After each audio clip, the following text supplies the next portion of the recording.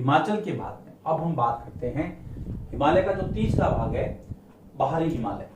देखो बेटा, ये हमने देखा था, यहां पर ये था पहला, ये पहला था, ये दूसरा था, ये सबसे दक्षिणतम भाग, ये तीसरा। हम इसकी बात करेंगे। तो सबसे पहले हम इसको शुरू करते हैं। बिल्कुल सिंपल है, कहीं कोई कंफ्यूजन नहीं है, आराम से एक स्टेप बाय स्टेप आगे बढ़ेंगे। शिवालिक, चाहे आप बाहरी हिमालय कह दो चाहे शिवालिक कह दो। बाहरी हिमालय, इसे शिवालिक भी कहते हैं, इसे शिवालिक भी कहते हैं। यह हिमालय का सबसे अंतिम अर्थात दक्षिणतम भाग है, सबसे लास्ट में हिमालय का दक्षिणतम भाग शिवालिक या बाहरी हिमालय, यह आपको सबसे पहले पता रखना है। हिमालय की सबसे बाहरी कह सकते हैं या सबसे दक्षिणतम कह सकते हैं। इसकी जो चौड़ाई है वो 10 से 50 किलोमीटर है, याद रखना। इसकी चौड़ाई बेटा, चौड़ाई 10 से 50 किलोमीटर। आपको तीनों भागों की चौड़ाई अब याद हो गई होगी। एक 400 से 150 थी, है ना, दूसरी वाली इससे कम थी, तीसरी 10 से 50। चौड़ाई के बाद में बात करते हैं ऊंचाई की। तो ऊंचाई है आपके 900 से 1000 मीटर की ऊंची पहाड़ियां यहां पर मिलेगी। किलोमीटर नहीं, मीटर। 1000 किलोमीटर में तो बहुत ऊपर पहुंच जाएंगे आप। उसके बाद में इसका निर्माण जो है, ये जो प्रदेश है तीसरा जिसको हमने शिवालिक नाम दिया है, इसका निर्माण नदियों द्वारा लाए गए अवसादों से होता है। यह नदियों द्वारा लाए गए अवसाद, अवसाद का मतलब नदियां अपने साथ जो भी मिट्टी लाती हैं, मार्ग में जो भी उसके साथ रुकावट आती है उसको बहा ले जाती है। उसमें मिट्टी, गाद, क्ले सारी चीजें होती है। तो जो भी अवसाद हैं वो सारे सेडिमेंट्स जो हैं वो अपने साथ लाती है। इसके साथ में ये बजरी और जलोढ़ मिट्टी से बने हैं। अवसाद, बजरी तथा जलोढ़ मिट्टी से निर्मित है। अगर आपको कोई पूछे कि बच्चों बताओ, ये जो शिवालिक है सबसे लास्ट वाला, इसका निर्माण किससे हुआ है, तो आपको बताना है कि नदियों द्वारा लाया गया जो अवसाद है, जो बजरी है, जलोढ़ है, जलोढ़ मिट्टी है, उससे इसका निर्माण हुआ है। क्योंकि अब नदियां जो है वो पहाड़ों से नीचे उतर रही, तो अपने साथ में जो भी चीज लाएगी वो यहां पर जरूर उसी से ये चीज बनी है। इसके बाद में इसी से आगे बढ़ते हैं थोड़ा। निम्न हिमाचल, ये हिमाचल था सेकंड पार्ट। तो हिमाचल भी कौन सा, नीचे वाला यहां का, और ये देखिए बहुत अच्छी टर्म है, ध्यान रखना। निम्न हिमाचल, ये निम्न हिमाचल, निम्न हिमाचल और शिवालिक के बीच में, निम्न हिमाचल तथा शिवालिक के मध्य, यहां पर जब नदियां बहती है तो वो क्या करती है कि इस प्रकार से घाटियों का निर्माण करती है। तो निम्न हिमाचल और शिवालिक के मध्य स्थित लंबवत घाटियां, मध्य स्थित लंबवत घाटियां, देखिए चित्र भी आपको सामने नजर आ रहे हैं। लंबवत घाटियां दून कहलाती है, याद रखना। अब ये दून क्या है, एग्जाम में सीधा सीधा पूछते हैं दून से आप क्या समझते हैं। तो आपको यह समझना है कि नदियां जब नीचे उतरती है ना, पहाड़ों से नीचे आ गई, तो हिमाचल से जो निचला भाग है हिमाचल और शिवालिक के बीच में, निम्न हिमाचल और शिवालिक के बीच में जब वो बहती है तो लंबवत घाटियां बनाती है, जिसको हम दून कहते हैं। ये दून, ये घाटियां जो है ना बेटा, देखो पश्चिम में तो कहलाती है दून और पूर्व में कहलाती है द्वार। जैसे हरिद्वार, पश्चिम दिशा में तो कहलाती है दून और पूर्व में कहलाती है द्वार। जैसे आपके कुछ नाम दिए हैं, सबसे फेमस घाटी है दून घाटी जो है वो देहरादून, खूबसूरत है, बहुत खूबसूरत है देहरादून। और भी आपकी किताब में नाम दिए हैं, कोटली दून, जी हाँ, सब आपको पता रखना है। उसके बाद में आगे बढ़ते हैं, कोटली दून, पाटली दून, जो भी है। दून हो गया, द्वार हो गया। द्वार में जैसे कि हरिद्वार, तो यहां तक मेरे हिसाब से कोई दिक्कत नहीं होनी चाहिए। अब हम थोड़ा आगे बढ़ते हैं। हिमालय का ये 3 वर्गीकरण तो हमने जो देशांतरीय विस्तार के आधार पर देखा था, पहला, दूसरा, तीसरा। अब थोड़ा हम नदियों के आधार पर इसका वर्गीकरण करते हैं। तो नदियों का जो बहाव है उसके आधार पर इसका वर्गीकरण किया है। तो ये देखिए, यहां से ये पहली नदी है, इसको सतलज के नाम से हम जानते हैं। तो ये सतलज, सॉरी, सिंधु सिंधु सिंधु सिंधु और यहां पर आपके सतलज है, ये इसमें मिलती है। तो सिंधु और सतलज याद रखना, सिंधु सतलज, उसके बाद में यहां पर है एक काली नदी, सिंधु सतलज काली। फिर थोड़ा आगे बढ़ेंगे, यहां पर तीस्ता नदी, और सबसे लास्ट में यहां पर है दिहांग नदी। अब आपको 4 नाम याद रखना। हिमालय का क्षेत्रवार वर्गीकरण,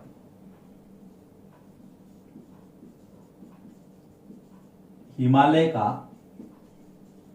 क्षेत्रवार वर्गीकरण, और क्षेत्रवार वर्गीकरण में बेटा आपको जो मैंने आपको 4 नदियों के नाम बताए वो पता रखना है। कौन कौन से? सिंधु,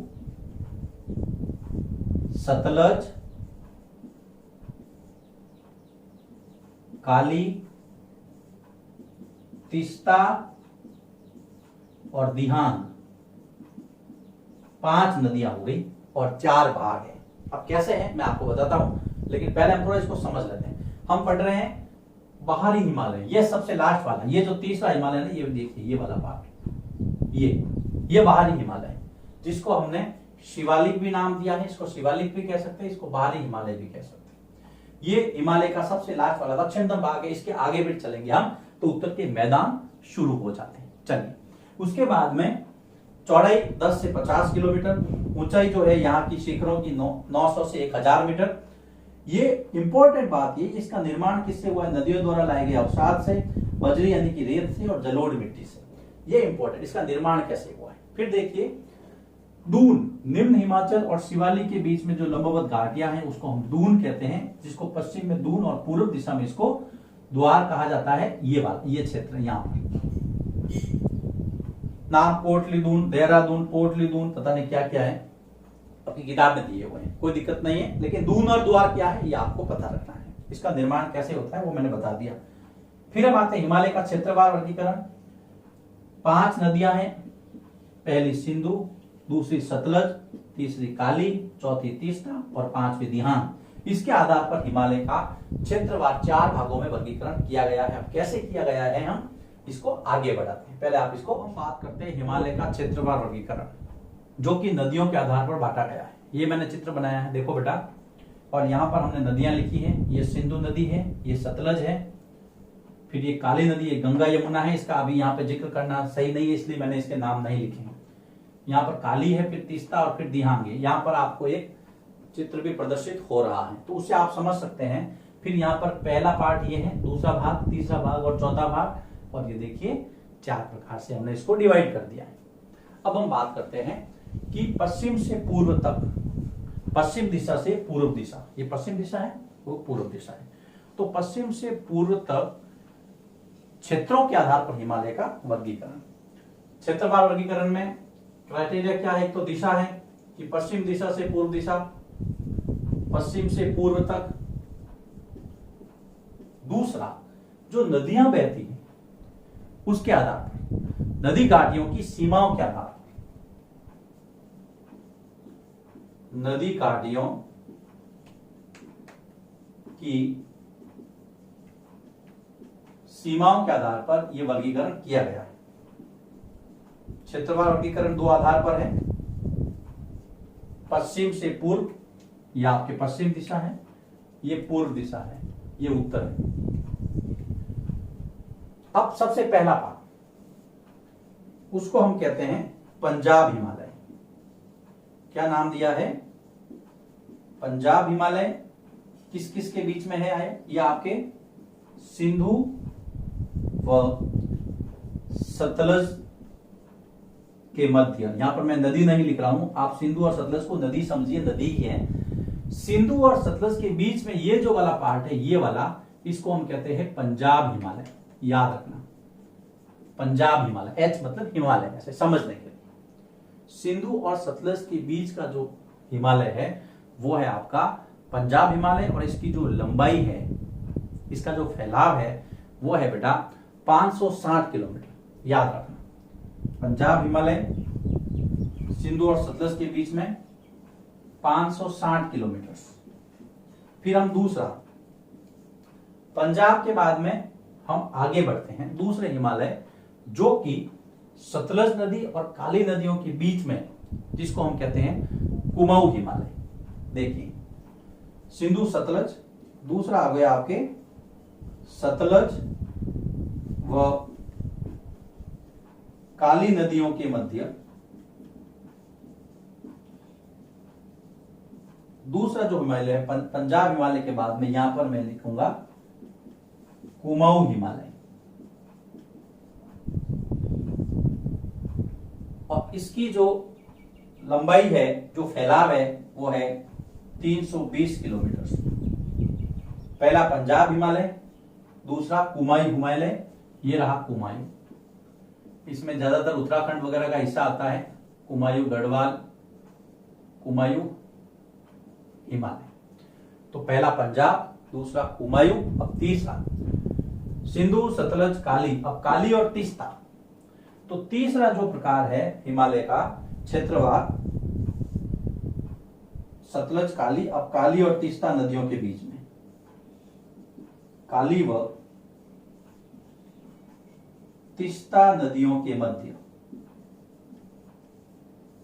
यह है आपका नेपाल हिमालय, क्योंकि ये नेपाल का हिस्सा आता है इसमें, और इसमें सर्वोच्च शिखर है माउंट एवरेस्ट वगैरह सब इसी के अंदर है। ये ऊंचा है और इसका जो फैलाव है वो है 800 किलोमीटर, काली और तीस्ता के बीच में। चौथा जो प्रकार है वो सबसे लास्ट पूर्वी भाग है, उसको हम कहते हैं असम हिमालय। असम हिमालय तीस्ता और दिहांग नदियों के बीच में, तीस्ता और दिहांग नदियों के मध्य, यह है चौथा हिमालय। तो चार हो गए, पंजाब, कुमाऊं, नेपाल और असम। असम का जो फैलाव है वो है बेटा 720 किलोमीटर। तो चारों आपको वर्गीकरण याद रखना है, कोई दिक्कत नहीं है। पंजाब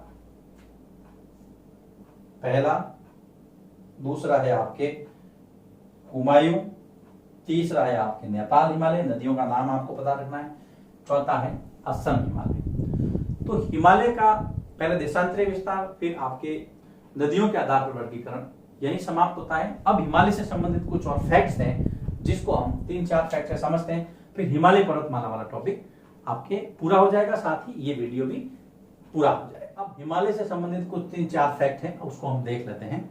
सबसे पहला, ब्रह्मपुत्र नदी जो है वो हिमालय की पूर्वी सीमा बनाती है। यहां पर ब्रह्मपुत्र नदी का बहाव है, तो ब्रह्मपुत्र नदी याद रखना। पूर्वी सीमा कौन सी नदी बनाती है? ब्रह्मपुत्र नदी हिमालय की पूर्वी सीमा बनाती है। पहली बात, हम समझ रहे हैं हिमालय के बारे में कुछ फैक्ट्स। दूसरा, दिहांग गॉर्ज, गॉर्ज का मतलब महाखंड। देखिए, नदियां जब बहती है तो जो बड़े बड़े चट्टान होते हैं उसको तो नहीं काटती, लेकिन उसके बाद में जो कमजोर सतह होती है या जो मिट्टी होती है उसके बीच में काटती है। यहाँ पर एक ऐसे महाखंड जिसको हम गॉर्ज कहते हैं उसका निर्माण करती है।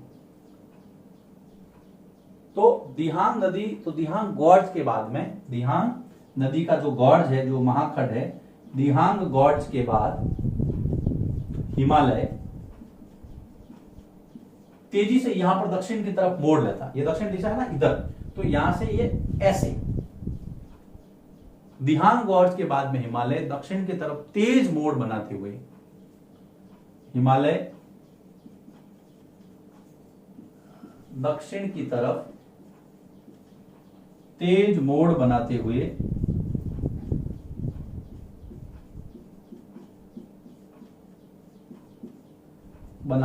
भारत की पूर्वी सीमा